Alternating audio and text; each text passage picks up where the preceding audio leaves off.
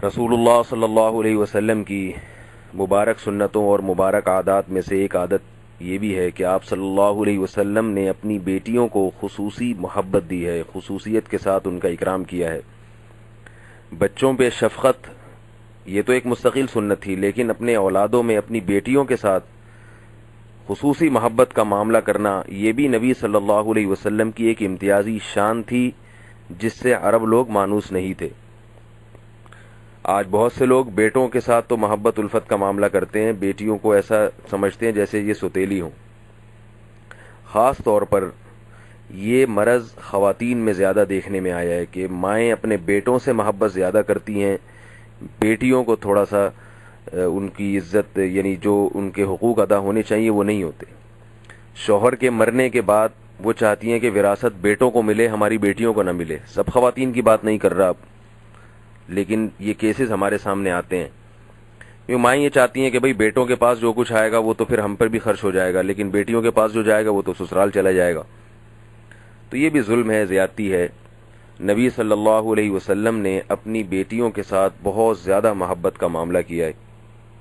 हज़रत आयशा रज़ी अल्लाह ताला अन्हा फरमाती हैं कि जब हज़रत फ़ातिमा नबी सल्लल्लाहु अलैहि वसल्लम के घर तशरीफ़ लाती थीं, आप सल्लल्लाहु अलैहि वसल्लम उनके इस्तक़बाल में खड़े हो जाया करते थे। सोचिए, एक तो औरत है और दूसरी तरफ मर्द के लिए औरत के इस्तक़बाल में खड़ा होना, ये खुद मर्द इसको अपनी शान के खिलाफ समझता है। फिर दूसरा मर्द भी जो उस बेटी का बाप है, तो बाप बेटी के इकराम में कहाँ खड़े होते हैं, वो तो बेटियां बाप के इकराम में खड़ी होती हैं। और तीसरी बात, बाप भी वो जो सैयदुल अंबिया, तमाम पैगंबरों का सरदार। और चौथी बात, ऐसे मुआशरे में इकराम किया जा रहा है बेटी का कि जिस मुआशरे में बेटियों को जिंदा दरगोर करने का रिवाज था, बेटियों को इज्जत देने का सवाल ही पैदा नहीं होता था। लेकिन आप सल्लल्लाहु अलैहि वसल्लम ने अपने तर्ज अमल से ये बताया क़यामत तक आने वाले मुसलमानों को कि बेटों के साथ साथ अपनी बेटियों के साथ भी हुस्न सलूक किया करें, उनको मोहब्बत दिया करें। हज़रत आयशा फरमाती हैं कि एक मरतबा आप सल्लल्लाहु अलैहि वसल्लम के यहाँ हज़रत फ़ातिमा तशरीफ़ लाईं। आप सल्लल्लाहु अलैहि वसल्लम मरज़ मौत में मुब्तला थे। हज़रत फ़ातिमा को देखकर अंदाज़ा हो गया कि आप सल्लल्लाहु अलैहि वसल्लम दुनिया से रुखसत होने वाले हैं, तो आप सल्लल्लाहु अलैहि वसल्लम को देखकर रोने लगी। आप सल्लल्लाहु अलैहि वसल्लम ने हज़रत फ़ातिमा को करीब किया और उनके कान में कुछ बात की, जिससे हज़रत फ़ातिमा रज़ी अल्लाह ताला अन्हा मुस्कुराने लगी। बात आई गई हो गई, आप सल्लल्लाहु अलैहि वसल्लम का इंतकाल हो गया। बाद में हज़रत फ़ातिमा से पूछा गया कि आप पहले रोईं फिर हंसी, इसकी क्या वजह है? तो फरमाया कि मैं रोई इस बात पर थी कि मुझे अपने वालिद की मौत का गम लाहिक हो गया था, मुझे नहीं लग रहा था कि आप सल्लल्लाहु अलैहि वसल्लम जिंदा रहेंगे। और हंसी इस बात पर कि आप सल्लल्लाहु अलैहि वसल्लम ने मेरे कान में मुझसे फरमाया कि मेरे अहलो आयाल में, मेरे घर वालों में सबसे पहले मेरी मुलाकात तुमसे होगी। और वाक़अतन कुछ ही अरसे के बाद हज़रत फ़ातिमा रज़ी अल्लाह ताला अन्हा का इंतकाल हो गया। तो ये बेटी के साथ मोहब्बत का मामला। एक और हदीस जो मेरे पिछले बयान में और पिछले क्लिप में आ चुकी है, उसको मैं रिवाइज कर देता हूँ मुख्तसरन, कि आप सल्लल्लाहु अलैहि वसल्लम ने पूरी नमाज पढ़ाई है अपनी नवासी को, यानी बेटी की बेटी को कंधे पे बिठा के।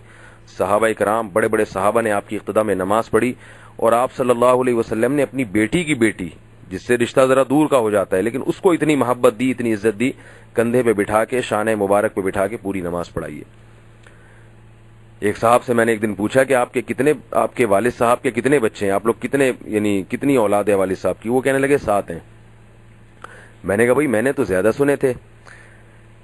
तो कहने लगे हाँ, बहनें उसके अलावा हैं, यानी बेटियां भी हैं। तो मैंने कहा आपने उनका क्यों नहीं जिक्र किया? तो कहते हैं हम लोग जो है ना सिर्फ बेटों को औलाद में शामिल करते हैं, बेटियां चूंकि पराई होती हैं, दूसरे घर में रुखसत होके जाती हैं, उनको नहीं शामिल करते। मैंने कहा वाह भाई वाह। तो बेटियों को औलाद की, बाज लोगों ने बेटियों को औलाद की फहरिस्त से ही निकाल दिया है। तो ये जुल्म भी हो रहा है बाज जगहों पर, उनको भी अपनी औलाद में शामिल करना चाहिए। इसी वजह से बाज उलमा की राय ये है कि शादी के बाद भी लड़की के साथ उसके वालिद का नाम लगना चाहिए, शोहर का नहीं लगना चाहिए, ताकि ये एहसास रहे कि इसका नसब किससे चल रहा है, बाप से। नाम जो आखिर में लगाया जाता है वो नसब शो करने के लिए लगाया जाता है। हमारे यहाँ ऐसा होता है कि लड़की की जब शादी कर दी तो यूं समझते हैं बाप से गोया इसका रिश्ता ही खत्म हो गया, نام تک ہٹا لیا گیا، اس کے نام اس کے آگے یعنی جو نام تھا وہ تک ہٹا لیا گیا، باپ کا، شوہر کا نام لگا دیا گیا ہے. تو یہ طریقہ سنت کے بہرحال قریب معلوم نہیں ہوتا. میں یہ نہیں کہہ رہا کہ یہ ناجائز ہے، مگر سنت کے قریب معلوم نہیں ہوتا. نسب چونکہ باپ ہی سے چلتا ہے، لہذا اس کا نام موت تک لڑکی کے ساتھ رہنا چاہیے. اور یہ بھی تاکہ شور ہے کہ بھئی ان کا رشتہ ابھی بھی قائم ہے، شادی کے بعد باپ بیٹی کا رشتہ ختم نہیں ہو جاتا. اللہ تعالیٰ سمجھنے کی، عمل کی توفیق عطا فرمائے. وما علینا الا البلاغ.